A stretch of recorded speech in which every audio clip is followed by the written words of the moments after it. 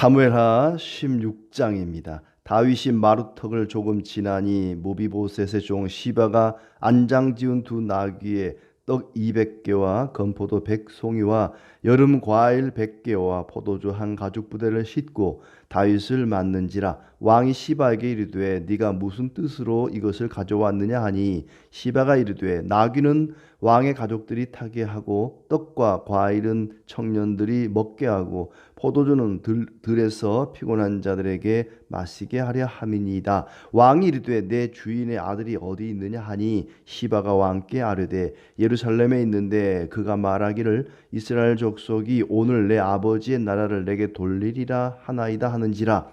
왕이 시바에게 이르되 무비보셋에게 있는 것이 다 내 것이니라 하니라. 시바가 이르되 내가 절하나이다. 내 주 왕이여 내가 왕 앞에서 은혜를 입게 하옵소서 하니라. 다윗 왕이 바울임의 이름에 거기서 사울의 친족 한 사람이 나오니 게라의 아들이요 이름은 시므이라. 그가 나오면서 계속하여 저주하고 또 다윗과 다윗 왕의 모든 신하들을 향하여 돌을 던지니 그때의 모든 백성과 용사들은 다 왕의 좌우에 있었더라. 시므이가 저주하는 가운데 이와 같이 말하니라. 피를 흘린 자여 사악한 자여 가거라 가거라. 사울의 족속의 모든 피를 여호와께서 내게로 돌리셨도다. 그를 이어서 네가 왕이 되었으나 여호와께서 나라를 내 아들 압살롬의 손에 넘기셨도다. 보라 너는 피를 흘린 자이므로 화를 자초하였느니라 하는지라. 수리아의 아들 아비새가 왕께 여짜오되 이 죽은 개가 어찌 내 주 왕을 저주하리이까. 청하건대 내가 건너가서 그의 머리를 베게 하소서 하니 왕이 이르되 수리아의 아들들아 내가 너희와 무슨 상관이 있느냐. 그가 저주하는 것은 여호와께서 그에게 다윗을 저주하라 하심이니 네가 어찌 그리하였느냐 할 자가 누구겠느냐 하고 또 다윗이 아비새와 모든 신하들에게 이르되 내 몸에서 난 아들도 내 생명을 해하려 하거든 하물며 이 베냐민 사람이랴. 여호와께서 그에게 명령하신 것이니 그가 저주하게 버려두라. 혹시 여호와께서 나의 원통함을 감찰하시리니 오늘 그 저주 때문에 여호와께서 선으로 내게 갚아주시리라 하고 다윗과 그의 추종자들이 길을 갈 때에 시므이는 산비탈로 따라가면서 저주하고 그를 향하여 돌을 던지며 먼지를 날리더라. 왕과 그와 함께 있는 백성들이 다 피곤하여 한 곳에 이르러 거기서 쉬니라. 압살롬과 모든 이스라엘 백성들이 예루살렘에 이르고 아이도벨도 그와 함께 이른지라. 다윗의 친구 아렉 사람 후세가 압살롬에게 나갈 때에 그에게 말하기를 왕이여 만세 왕이여 만세하니 압살롬이 후세에게 이르되 이것이 네가 친구를 후대하는 것이냐. 네가 어찌하여 내 친구와 함께 가지 아니하였느냐 하니 후세가 압살롬에게 이르되 그렇지 아니하니이다. 내가 여호와와 이 백성 모든 이스라엘의 택한 자에게 속하여 그와 함께 있을 것이니이다. 또 내가 이제 누구를 섬기리까. 그의 아들이 아니니까 내가 전에 왕의 아버지를 섬긴 것 같이 왕을 섬기리이다 하니라. 압살롬이 아이도벨에게 이르되 너는 어떻게 행할 계략을 우리에게 가르치라 하니 아이도벨이 압살롬에게 이르되 왕의 아버지가 남겨두어 왕궁을 지키게 한 후궁들과 더불어 동침하소서. 그리하면 왕께서 왕의 아버지가 미워하는 바 됨을 온 이스라엘이 들으리니 왕과 함께 있는 모든 사람의 힘이 더욱 강하여지리이다 하니라. 이에 사람들이 압살롬을 위하여 옥상에 장막을 치니 압살롬이 온 이스라엘 무리의 눈앞에서 그 아버지의 후궁들과 더불어 동침하니라. 그때의 아이도벨이 베푸는 계략은 사람이 하나님께 물어서 받은 말씀과 같은 것이라. 아이도벨의 모든 계략은 다윗에게나 압살롬에게나 그와 같이 여겨졌더라. 아멘. 예. 목요일 아침이다. 이 하루도 주님의 은혜와 평강이 가득하기를 진심으로 축복합니다. 15장에서는 압살롬의 반역 사건이 나오고 다윗은 도망자 신세가 되었습니다. 신속 정확하게 거의 성공적으로 반역이 이루어졌습니다. 그리고 다윗이 이제 피난을 가는데 16장에서는 피난 중에 만난 사람들을 소개하고 있습니다. 시바라는 사람, 지난번에 다윗이 이제 그 사울의 자손 중에 누가 살아남은 사람이 있느냐, 요나단과의 약속을 지키기 위해서 찾았는데, 요나단의 아들, 두 다리를 저는 장애를 가진 이제 무비보셋이 있었고, 그 무비보셋을 안내한 사람이 바로 사울의 신하였던, 사울의 종이었던 시바라는 사람이었죠. 그래서 시바에게 이 무비보셋의 이제 그 관리인으로 농사도 지어주고 가정일도 돌보는 그런 사람으로 임명을 해서 사울의 모든 땅을 무비보셋에게 주면서 시바가 이제 무비보셋을 섬기는 그런 종의 역할을 하도록 맡겨줬는데, 이 시바를 만나게 됩니다. 그리고 시므이라는 사람을 만나게 되고, 그리고는 이제 예루살렘을 점령한 압살롬에 대해서 이야기를 하고 있습니다. 그래서 16장은 이렇게 시바, 시므이, 그리고 압살롬의 예루살렘 점령 사건 세 가지 이야기가 나오고 있죠. 먼저 다윗이 피난 중에 만난 사람 시바라는 사람입니다. 다윗이 도망 중에 있는데 이제 마루턱을 조금 지나 무비보셋의 종 시바를 만납니다. 안장을 지은 두 나귀에 떡 200개, 건포도 100송이, 여름 과일 100개, 포도주 한 가죽 부대를 싣고 다윗을 맞이했다. 그래서 이제 다윗이 시바를 알아보고 질문을 합니다. 네 주인 무비보셋은 어디 있느냐? 무비보셋은 어디 있길래 네가 혼자 왔느냐라고 질문을 하는 거죠. 시바가 왕께 아뢰 때 예루살렘에 있습니다. 그런데 그 무비보셋 나의 주인께서 하는 소리가 이스라엘 족속이 오늘 내 아버지의 나라를 내게 돌리리라. 이스라엘 족속들이 오늘 내 아버지의 나라, 이 나라를 내게 돌리리라. 이 말은 반란이 일어난 이때에 무비보셋이 왕의 자리를 넘보고 있습니다. 왕의 자리를 찬탈하려고 합니다. 백성들이 우리 아버지의 나라를 나에게 주려고 한다. 이러고 있습니다. 압살롬이 반역을 일으킨 상황에서 사울의 아들 손자죠. 무비보셋이 왕의 자리를 차지하려고 한다. 이걸 이제 무비보셋의 종이었던 시바가 다윗에게 이야기해 준 것입니다. 사실은 아니죠. 무비보셋은 두 다리를 접니다. 그래서 혼자서는 움직일 수가 없습니다. 지금처럼 무슨 전동 휠체어가 있는 것도 아니고 혼자서는 도저히 움직일 수가 없기 때문에 누군가가 함께 도와줘야 됩니다. 그래야 움직일 수 있는데 무비보셋을 그냥 집에 놔두고 시바가 혼자 온 거예요. 일부러 다윗이 도망자 신세인 것을 알고 다윗에게 호의를 베풀어 어떤 무비보셋의 그 땅을 자기가 다 차지하려고 하는 그 욕심이죠.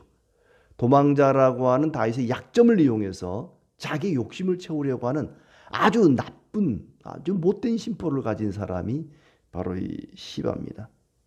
다윗도 그래요. 그래? 무비보셋이 왕의 자리를 차지하려고 한다고 이런 못된 놈이 있나? 내가 지네 할아버지 땅을 다 줬는데 안 되겠다. 오늘부터 무비보셋의 땅은 다 시바 네가 가져라. 시바에게 무비보셋의 땅을 다 허락을 합니다. 실수죠. 정확한 팩트를 체크하고 진짜인지 아니면 거짓말인지 확인을 했어야 되는데, 물론 도망자 신세이기 때문에 뭐 그럴 수도 없었겠지만은 함부로 이렇게 땅을 주는 게 아니었는데 그만 무비보셋의 땅을 시바에게 주는 그런 실수를 범하게 됩니다. 5절부터 해서 14절까지죠. 시므이가 이제 다윗 일행을 저주하는 그런 내용이 나옵니다. 시므이는 사울 집안의 사람이죠.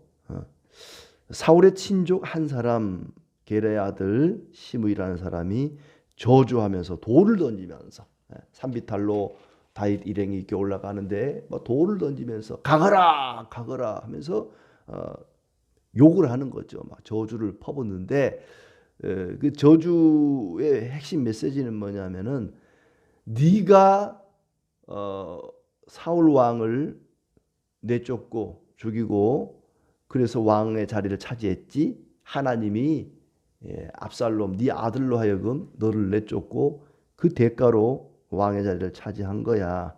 시므이가 돌을 던지면서 다윗을 저주하는데 그 저주하는 그 저주의 내용 가운데 핵심이 다윗이 사울에게 못되게 굴어 사울을 왕의 자리에서 쫓아냈기 때문에 그 대가로 압살롬이 반란을 일으켜 다윗을 내쫓았다. 뭐 이런 식으로 이야기를 하는 겁니다. 네가 피를 흘리며 화를 자초했다. 다윗이 부당한 방법으로 왕의 자리를 빼앗았으니 하나님이 네 아들에게 이 나라를 넘기는 것이다. 지금 다윗은 힘이 없거나 또 옆에 장수가 없어서 도망자 신세가 아닙니다. 근데 시므이라는 사람이 이렇게 다윗을 저주할 때에 주변에 얼마나 많은 장수와 신하들이 있었겠습니까? 얼마든지 쉽게 그 시므이의 입을 닫게 할 수도 있었지만은 다윗은 그런 방법을 사용하지 않습니다. 옆에 있던 아비새가 시므이를 죽이겠다고 나서지요. 9절 수레의 아들 아비새가 왕께 여짜오되 이 죽은 개가 어찌 내 주 왕을 저주하리까? 내가 건너가서 그의 머리를 베게 하소서. 폐하 저놈을 제가 그냥 목을 베어오겠습니다. 아비새가 나섭니다마는 다윗은 허락하지 않습니다. 10절 내가 너희와 무슨 상관이 있느냐? 그가 저주하는 것은 여호와께서 그에게 다윗을 저주하라 하심이니 네가 어찌 그리하였느냐 할 자가 누구겠느냐? 하나님이 저 시므이의 입을 빌어 나를 지금 저주하는 것이다. 앞장에서와 마찬가지로 내가 지금 반역을 당하고 도망자 신세가 된 것은 하나님이 내가 지은 죄에 대해서 징계하고 있는 것이다. 하나님이 시므이의 입을 통해서 지금 나를 저주하고 있는 것이다. 이 모든 것이 하나님이 행하시는 일이다. 그러니 내버려둬라. 그러면서 자기 자신을 돌아보죠. 11절에 내 몸에서 낳은 아들도 나를 해치려고 하는데 남이야 오죽하겠느냐. 냅둬라. 그도 그럴 것이 자기가 낳은 아들 압살롬이 지금 반역을 일으켰잖아요. 내 아들도 내 몸에서 낳은 내 아들도 나를 반역하는데 사울의 친족인 저 시므이가 저러는 거 뭐 문제없다. 내버려 둬라. 그 저주를 생각해서 하나님이 내게 선으로 갚아주실 누가 아느냐. 시므이가 나를 저주하는 것이 너무나 불쌍해서 하나님이 나를 회복시켜 주시고 나에게 좋은 것을 주실지 누가 아느냐. 이 다윗의 생각, 다윗의 그 시각은 오직 하나님만이 나의 소망이 되신다. 하나님만이 나의 유일한 기대가 되신다. 사람을 내가 누구를 바라보고 누구에게 뭘 기대하겠느냐. 사람들이 나에게 무슨 욕을 하든지 저주를 하든지 그건 중요하지 않다. 그것 때문이라도 하나님이 내게 선으로 갚아줄지 누가 아느냐. 하나님만을 바라보고 하나님께 모든 기대와 소망을 고백하는 그런 모습입니다. 계속해서 시므이는 다윗 일행을 저주하고 또 다윗과 그 백성들은 너무나 피곤했다. 어찌 보면 너무한 일이죠.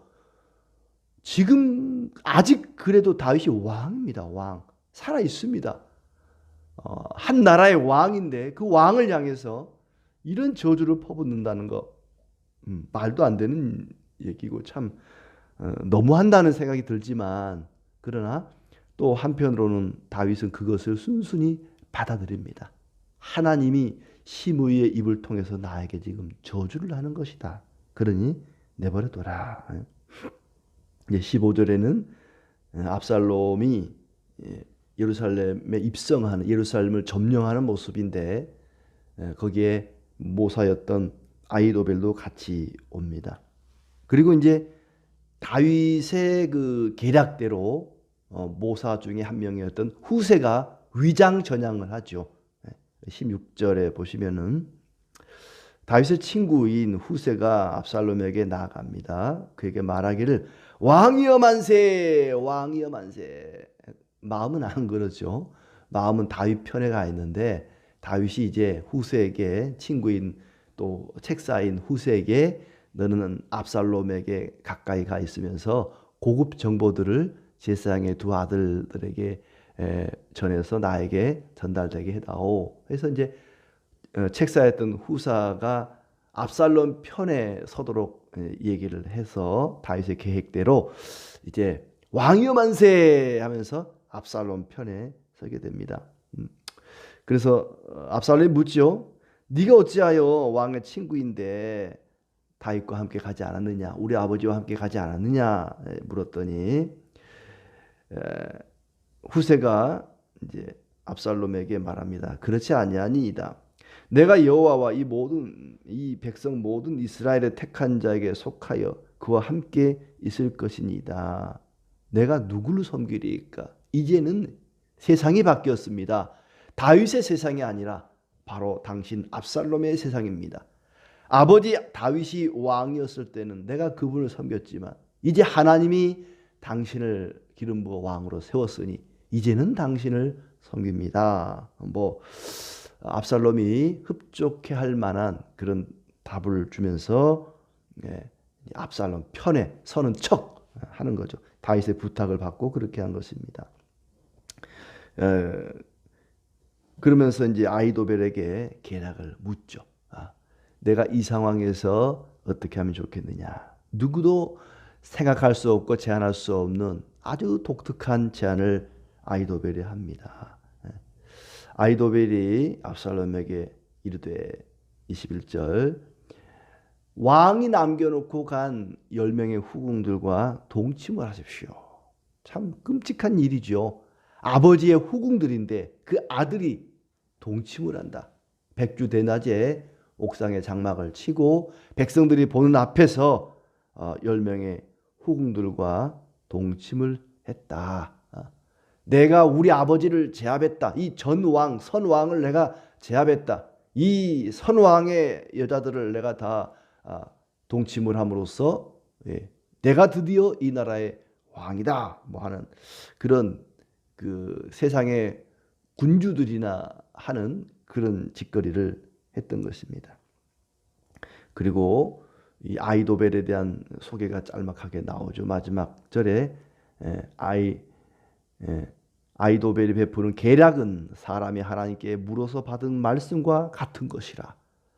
하나님께 물어서 받은 것과 같은 그런 계략을 아히도벨이 내놓았다는 거죠. 그만큼 아히도벨의 머리가 뛰어나고 그가 내놓는 그 계략마다 아주 탐복을 할 정도로 야 저런 생각도 할 수 있구나 싶을 정도로 아주 그 아히도벨은 탁월한 지략가였다는 것이죠. 여기 나오는 이 세 사람 물욕의 눈이 어두웠던 시바 그리고 다윗을 회방하는 심의 배신자 아히도벨 참 하나같이 어쩜 다윗을 이렇게 괴롭힐 수 있을까 싶은데 다윗은 어쩌면 모든 것을 다 잃어버렸습니다. 왕의 자리도 잃어버리고 아들도 잃어버리고 모든 것을 잃어버린 것 같지만 신앙인으로서는 모든 것을 되찾았습니다. 왕으로서는 모든 것을 잃어버렸지만은 신앙인으로서는 그 신앙을 회복하는 하나님 앞에 온전히 겸손히 신실하게 나아가는 그런 모습을 보여줍니다. 심의의 저주를 보십시오. 얼토당토 않는 얘기죠. 어떻게 다윗 때문에 사울이 죽고 왕의 자리를 빼앗은 것입니까? 전혀 사실이 아닙니다. 사울은 자기의 범죄 때문에 죽은 것이고 블레셋 사람의 손에 의해서 죽은 것이고 물론 마지막에는 극단적 선택을 하지만 거의 목숨이 끊어질 위기까지 간 것이 다윗 때문이 아닙니다. 다윗은 털끝 하나도 건드리지 않으려고 함부로 사울의 목숨을 제거하려고 하지 않았습니다. 시므이가 주장하는 너 때문에 사울이 죽고 네가 강제로 이 나라를 빼앗아 왕의 자리를 차지한 것이다. 그래서 네 아들 압살롬이 너를 몰아내고 왕의 자리를 차지하는 것이다. 이것은 얼토당토 않는 그런 주장입니다. 다윗은 사울을 대적한 적이 없습니다. 아무것도 하지 않은 왕의 자리를 차지하기 위해서 사울에게 그 어떤 짓도 하지 않은 다윗에게 모든 걸 뒤집어 씌우는 것. 시므이의 말은 전혀 논리적으로나 내용적으로 맞지 않는 이야기입니다. 하지만 시므이의 그 주장이 맞지 않는다 할지라도 얼토당토 않는 전혀 사실에 근거하지 않는 말이라 할지라도 거기에 대해서 다윗은 구차하게 변명하거나 따지거나 내가 언제 그랬냐고 사람들에게 항변하지 않습니다. 모든 것이 다 나의 죄 때문에 받는 벌이라고 여겼기 때문입니다. 내가 우리아를 죽이고 그의 아내 바스바를 간음하고 빼앗고 이 모든 죄에 대한 대가를 내가 지금 톡톡히 받고 있다. 내가 지은 죄에 대한 형벌을 지금 받는 중이다. 그렇기 때문에 시므이가 아무리 맞지도 않는 말을 가지고 자신을 비난하고 저주한다 할지라도 내비둬라. 그냥 내버려둬라. 수리아의 아들 아비새가 가서 죽인다 해도 그러지 마라. 내버려둬라. 하나님이 시므이의 입을 통해 지금 나를 저주하는 것이다. 12절 말씀. 혹시 여호와께서 나의 원통함을 감찰하시리니 오늘 그 저주 때문에 여호와께서 선으로 내게 갚아 주시리라. 오로지 하나님의 은혜만을 간구합니다. 시므이의 저주 때문이라도 하나님이 나를 불쌍히 여기사 나에게 선으로 갚아줄지 누가 아느냐. 그냥 내버려둬라. 사람이 내게 어찌하든 그건 중요하지 않다. 나는 하나님께만 긍휼을 받기를 원한다. 하나님이 나를 불쌍히 여겨주시기만 하면 나는 그걸로 충분하다. 하나님의 긍휼을 바라고 있습니다. 하나님이 나를 불쌍히 여겨주기를 간구하고 있습니다. 우리는 세상과 그 어떤 사람에게 기대와 소망을 둘 것이 아니라 오직 하나님, 여호와 하나님께만 모든 기대와 소망을 두고 하나님이 나를 불쌍히 여겨주시기를, 하나님의 긍휼을 간구하는 우리 모두의 삶이 되기를 진심으로 축복합니다.